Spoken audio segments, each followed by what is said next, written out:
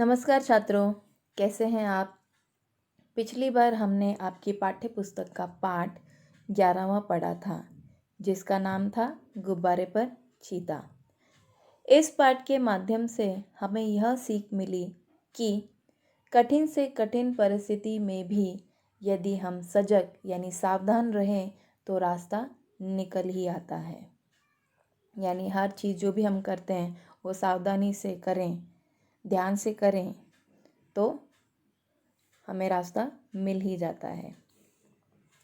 आज हम आपकी पाठ्य पुस्तक का पाठ 12वां पढ़ने जा रहे हैं, जिसका नाम है पुत्र के नाम पत्र, जिसके रचयिता हैं गांधी जी।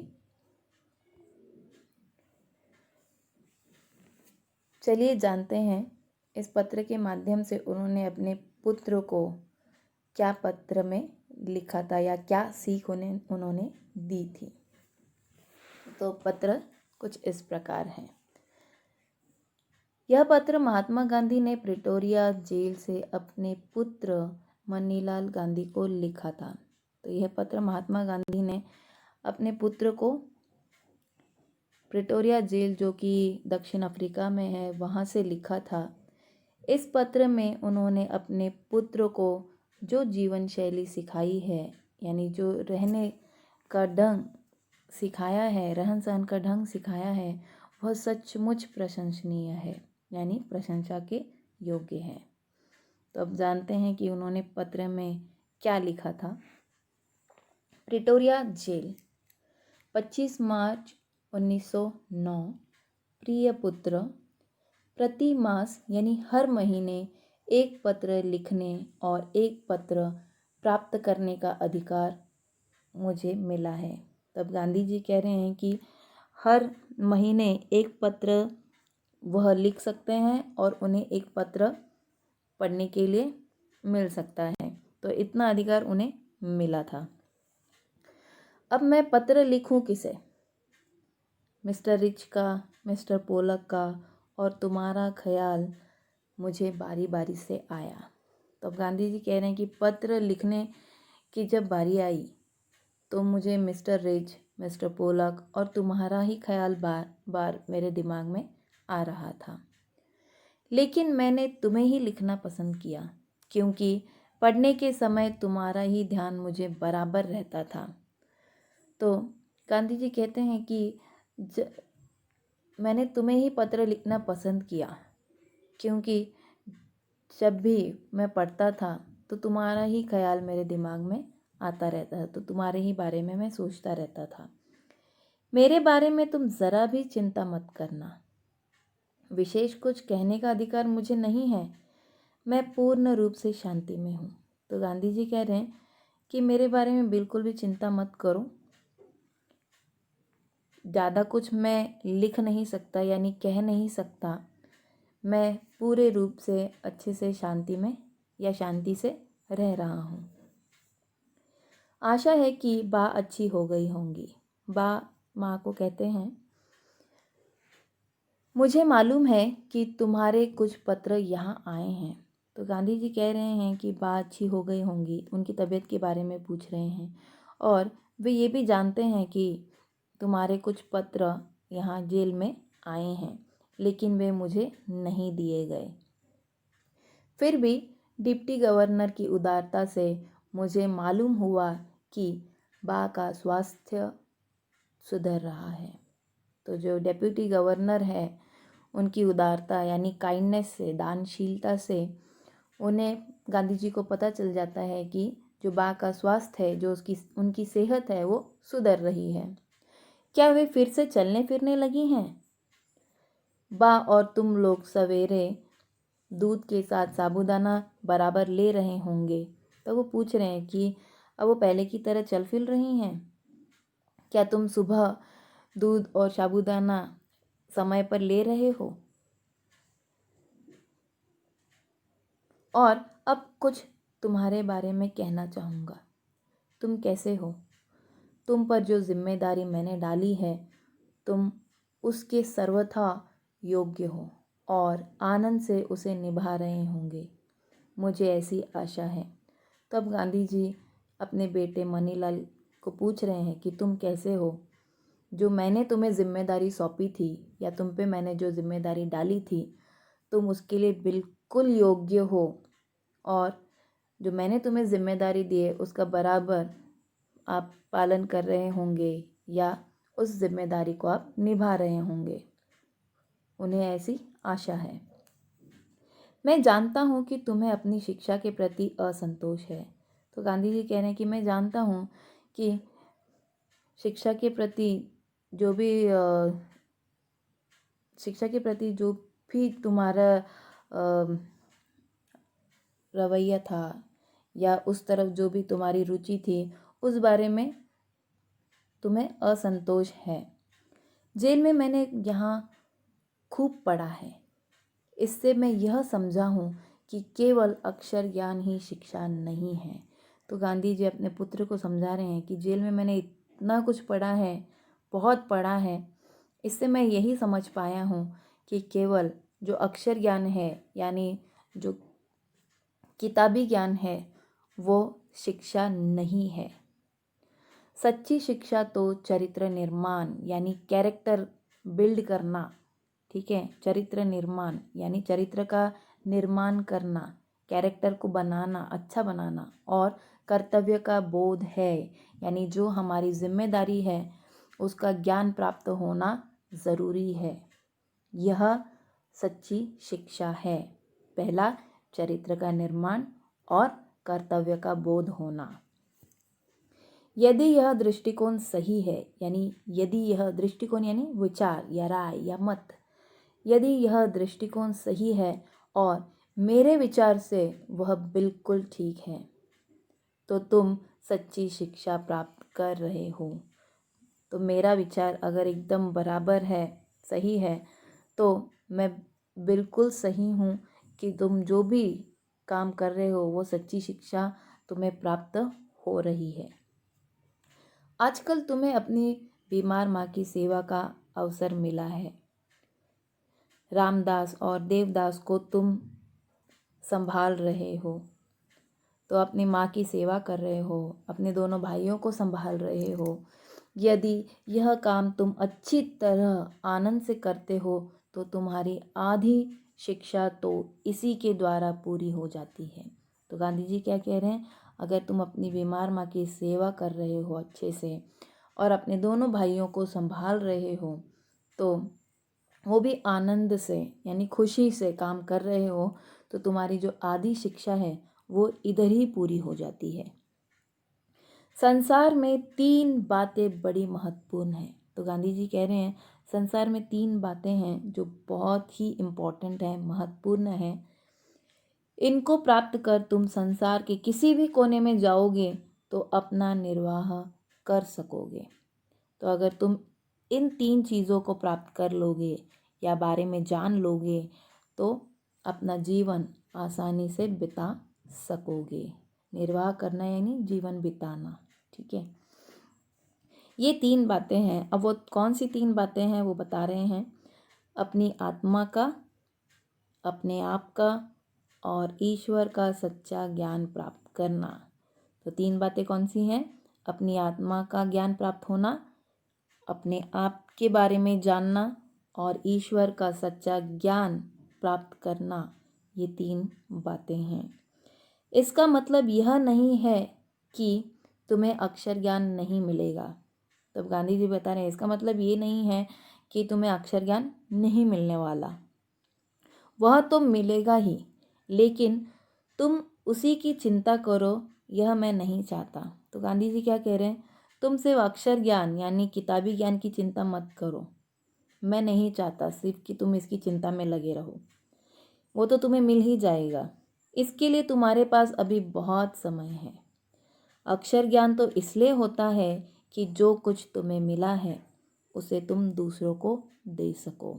तो अक्षर ज्ञान क्यों होता है, जो किताबी ज्ञान है वो क्यों होता है कि जो आपको मिल रहा है वो आप किसी और को दे सको।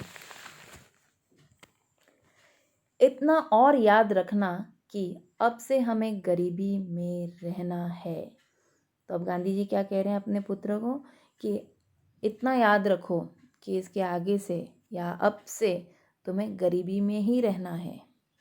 जितना अधिक मैं विचार करता हूँ उतना ही अधिक मुझे लगता है कि गरीबी में ही सुख है।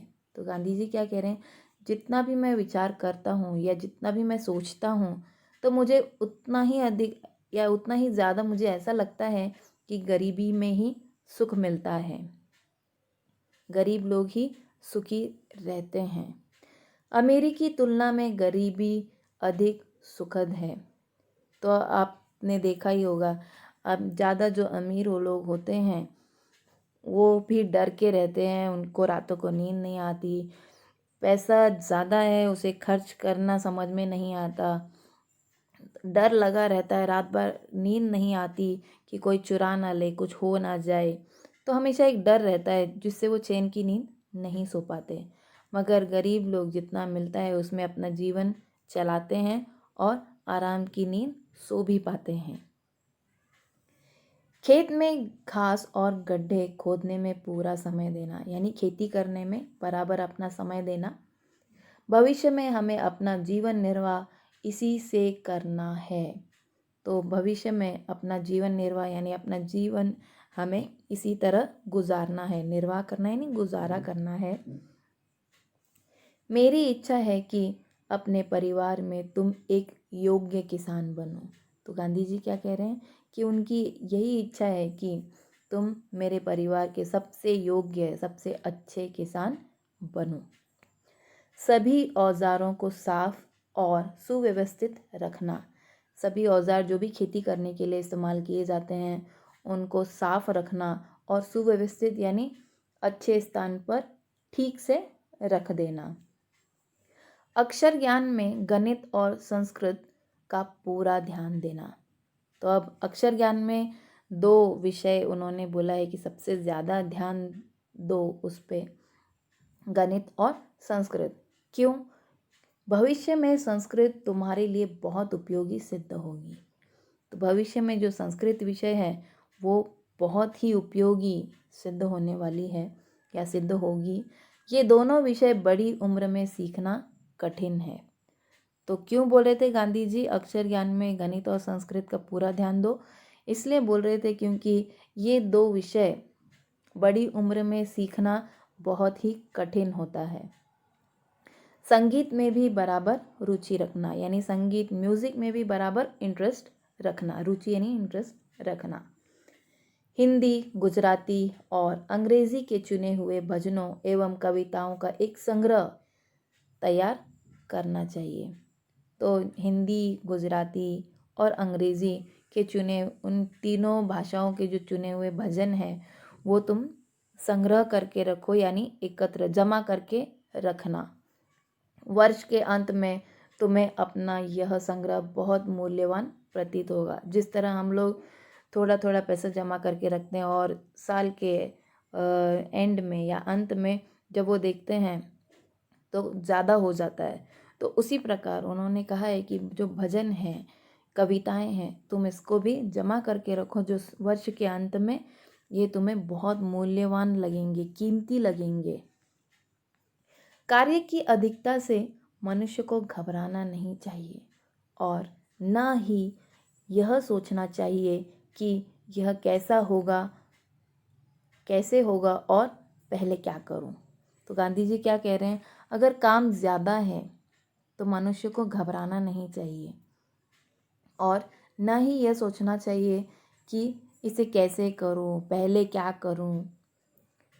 शांत चित्त से विचार पूर्वक तुमने यदि सद्गुणों को प्राप्त करने की चेष्टा की तो वे तुम्हारे लिए बहुत उपयोगी और मूल्यवान प्रमाणित होंगे।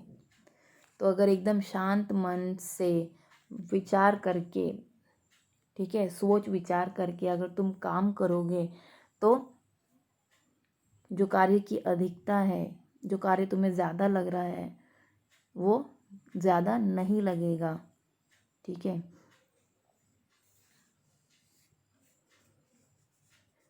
विचारपूर्वक तुमने यदि सद्गुणों को प्राप्त करने की चेष्टा की तो वे तुम्हारे लिए बहुत उपयोगी और मूल्यवान प्रमाणित होंगे। सद्गुणों यानी अच्छे गुणों को प्राप्त करने की चेष्टा यानी प्रयत्न तुम करोगे तो तुम्हारे लिए वो बहुत ही उपयोगी और कीमती साबित होंगे। तुमसे मुझे यही आशा है कि घर के लिए जो भी तुम खर्च करते होगे उसके पैसे पैसे का हिसाब रखते होगे। तो अब गांधी जी कह रहे हैं जो भी तुम घर के लिए खर्चा कर रहे हो उसमें कहाँ कहाँ खर्चा कर रहे हो उसका हिसाब किताब तुम रखते होंगे। मुझे यह भी आशा है कि तुम रोज़ शाम को नियम पूर्वक प्रार्थना करते होंगे। तो मुझे ये भी आशा है कि तुम रोज़ सुबह शाम नियम से प्रार्थना करते होंगे और रविवार को श्री वेस्ट के यहाँ भी प्रार्थना में जाते होंगे। तो रविवार को जो श्री वेस्ट हैं उनके यहाँ जो रोज़ हर रविवार को जो प्रार्थना होती है वहाँ पे भी तुम जाते होंगे। सूर्योदय से पहले उठकर प्रार्थना करना बहुत ही अच्छा है। देखो गांधी जी क्या कह रहे हैं, सूर्योदय से पहले यानी सूर्य निकलने से पहले अगर तुम उठकर प्रार्थना करते हो तो वो बहुत अच्छा माना जाता है या अच्छा होता है। प्रयत्नपूर्वक एवं निश्चित समय पर ही प्रार्थना करनी चाहिए। तो यानी हमें कोशिश करनी चाहिए कि हम एक ही निश्चित समय पर यानी जो हमने समय निश्चित किया है या सोचा हुआ है उसी समय पर हम रोज़ प्रार्थना करें और प्रार्थना उसी समय पर होनी चाहिए। ऐसा नहीं कि हम लेट उठ रहे हैं तो कभी भी पूजा कर रहे हैं, नहीं, सूर्योदय होने से पहले पूजा हो जानी चाहिए या प्रार्थना हो जानी चाहिए। यह नियमितता यानी नियम के अनुसार तुम्हें अपने जीवन में आगे चलकर बहुत सहायक सिद्ध होगी। यानी नियम से अगर तुम चलोगे तो ये आगे चलकर तुम्हारे जीवन में बहुत मददगार सिद्ध होगी। यानी तुम्हें इसका फ़ायदा ही होगा। यानी कोई भी चीज़ आप नियम से करते हो तो उस चीज़ का हमें नुकसान नहीं होता, उससे हमें फ़ायदा ही होता है। इस पत्र को पढ़कर अच्छी तरह समझ लेने के बाद मुझे जवाब देना। तो गांधी जी कह रहे हैं कि इस पत्र को जब तुम अच्छे से पढ़ लो, समझ लो, उसके बाद ही मुझे जवाब देना। जवाब जितना लंबा चाहो लिख सकते हो। तो गांधी जी क्या कह रहे हैं, जितना लंबा चाहे उतना लंबा जवाब तुम लिख सकते हो। अंत में मैं अपने प्रेम सहित यह पत्र समाप्त करता हूँ। तुम्हारा पिता मोहनदास। इस पाठ से हमें क्या सीख मिली या इस पाठ का जो मूल्य है, उद्देश्य है, यह है कि हमें श्रम करना चाहिए यानी मेहनत करनी चाहिए। हमारे चरित्र का निर्माण किस तरह हो सकता है यानी कैरेक्टर का जो निर्माण है हमारा वो किस तरह हो सकता है वो करना चाहिए। और सेवा करनी चाहिए बड़ों की, सादगी से रहना चाहिए, परिवार से प्रेम करना चाहिए। तो इस पाठ से हमें यह मूल्य मिलते हैं या यह सीख मिलती है। धन्यवाद।